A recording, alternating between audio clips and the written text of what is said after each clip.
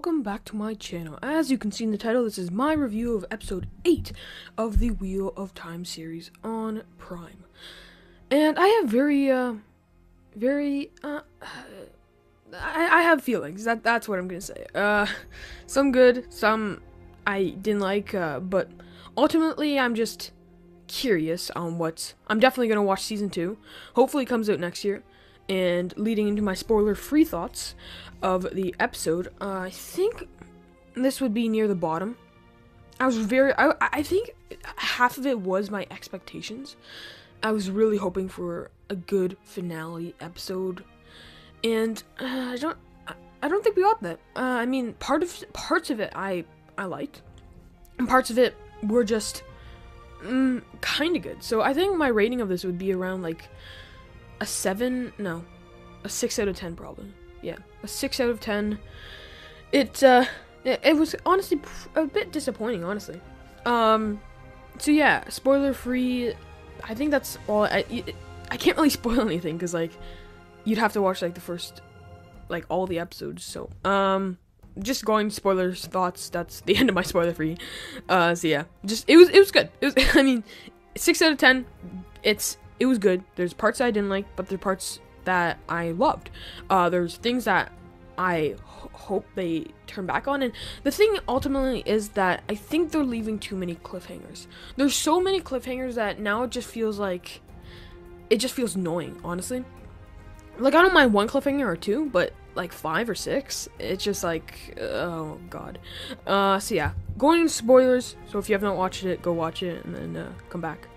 Okay, so spoilers for episode 8. This episode starts with Luz Telamon in the futuristic sci-fi world 3,000 years ago, before the breaking of the world, and I that's one of the parts I loved. That was so cool to see. Like, I was really hoping just to see that sci-fi world, and I feel like that gives so much like visual storytelling, how that 3,000 years ago the world was like this. And I'm assuming they're going to do more cold opens with Luz Telamon. And yeah, so I got so excited when I saw that sci-fi world. It also looked amazing. Like, it really looked like a sci-fi world, and I thought that was very good. Going past the intro, or the, what do you call that? The intro music credit things. We follow Rand and Moiraine in the Blight on this kind of shaky cam, which makes it seem like a bit scarier, which another thing I liked. It was like shaking you, so you're like, oh yeah, it feels so blurry, and you were so I felt so confused watching, because like it's so shaky and my brain's all mixed up. So the shaky cam, or the handheld camera, was a good choice for that. For some shots weren't that. Then we go into back to Lan, Nynaeve, Egwene, Perrin at the Faldara, and Nynaeve tells Lan that she can take Lan to or direct Lan to Moiraine. And the thing with Nynaeve and Lan, I feel like the relationship is rushed. It was like 2 episodes ago that they fell in love, and then now, like, I don't know, it just feels so rushed to me. Like, I'm on book 4, and they're not even, I don't even think they've kissed yet in book 4. So I don't know, maybe Robert Jordan wanted it like this, but I feel it's a little rushed. And then there's this really creepy dream sequence with like how Rand wakes up and he sees the Dark One. Or, yeah, the Dark One kills Moiraine, but then it's not a dream, and, yeah. The moment where, like, the Dark One takes off, like, his, like, mask with, like, the blazing red eyes, and you see the face behind it, like, the regular face, that's cool. I like that. That was, and I understood that. I understood who that was. And I'm not gonna spoil anything, because this is spoilers for the show, not the book, but that was good. Next, Rand and, the Dark One puts, like, a dream sequence on Rand, and he's so confused, and he has a baby named Joya, and Egwene's there, and, yeah, so I thought that was good, not foreshadowing, but I think Egwene has a moment with Joya too in book 2. Yeah, Great Hunt. So yeah, I was really excited to see that before we even see it in the books. Then my probably biggest criticism, probably the Trolloc army looked so fake. Honestly, it looked so bad. And yeah, it just looked so fake. It looked honestly like it was animated. Then the girls kill, yeah, the 4 or 5 girls, Egwene, Nynaeve, and all the other Chandlers, kill all the Trollocs with the main one going insane with the power, like it's a drug or something. I mean, it is a drug, and she just wants more and more, and she kills herself, and I think 2 other Chandlers, and she almost kills Nynaeve, yeah.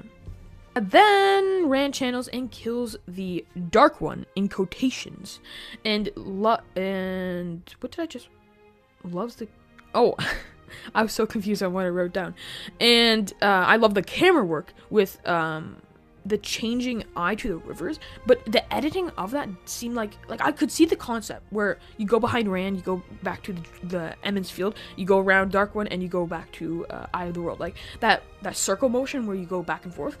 The editing seemed wonky, like I don't know. I don't know if it was the camera work or the editing or something just felt wrong. Like I could see the concept. It was a cool concept, going around and around, changing back and forth, but they would cut it halfway through and they wouldn't make it through. They wouldn't make it like all the way. So it would like seem weird. And then yeah, so that thing, and then Padon Fane takes the horn, and we will probably see more of him in season 2. Yeah, so one decision I thought was terrible was Loial dying. Or stabbed. There's a bunch of decisions in this episode that I was just like, no, don't do that. Like the camera going around Dark One and switching to Eye of the World and Emond's Field, and the Trolloc army didn't look good, and Lan and Nynaeve's relationship is rushed. This is another one. Loial being stabbed, like, he can't. Like, they're gonna do something like, oh, he survived. Because he's a very important part in the next 2 books that I've read. He's even, yeah, he's a very important part. Or, not, I wouldn't say very, but he is important. And he is what, like, I love so much about Great Hunt and The Dragon Reborn. Just his little dialogue parts. They're gonna they have 2 options. They're either gonna bring him back and say, like, oh, Padon Fane missed his heart or something. I don't know. And then, or he's gonna stay dead. And if he stays dead, I would be super mad because I want Loial back. And if he stays alive, then, or yeah, if he comes back, but if he's still alive and they just like Padon Fane stab something, I hate that because that's a fake death. So either way, I'm gonna enjoy if it was a fake death more than if he's completely dead, obviously. But just a fake death is not like what's the point? My favorite character, or one of my favorite characters, is Loial from the book. So if they kill my favorite character, or one of my favorite characters, I will be pretty mad. So hopefully it's a fake death, but yeah. And it ends with this insane tsunami created by these boats, and I think, if I'm not mistaken, I don't know where they come from. I think they're the Shienarans, though. I don't know if I'm pronouncing that right. I might have to do some research. I should have done it before, but I think those are the Shienarans, whatever, with like the Aes Sedai in the front, and they're going. I don't know why they're doing tsunami. I don't get the point of doing that tsunami, but I'm pretty sure they're Shienarans, or maybe not. I don't know. Tell me in the comments if you know who those people are coming in the boats, if you have read the books. Thanks for listening. This has been my review of episode 8 of The Wheel of Time. Next week will be my season review. I just want just a week to just think about it. Maybe rewatch some episodes. And yeah, so thanks for listening, and see you next time.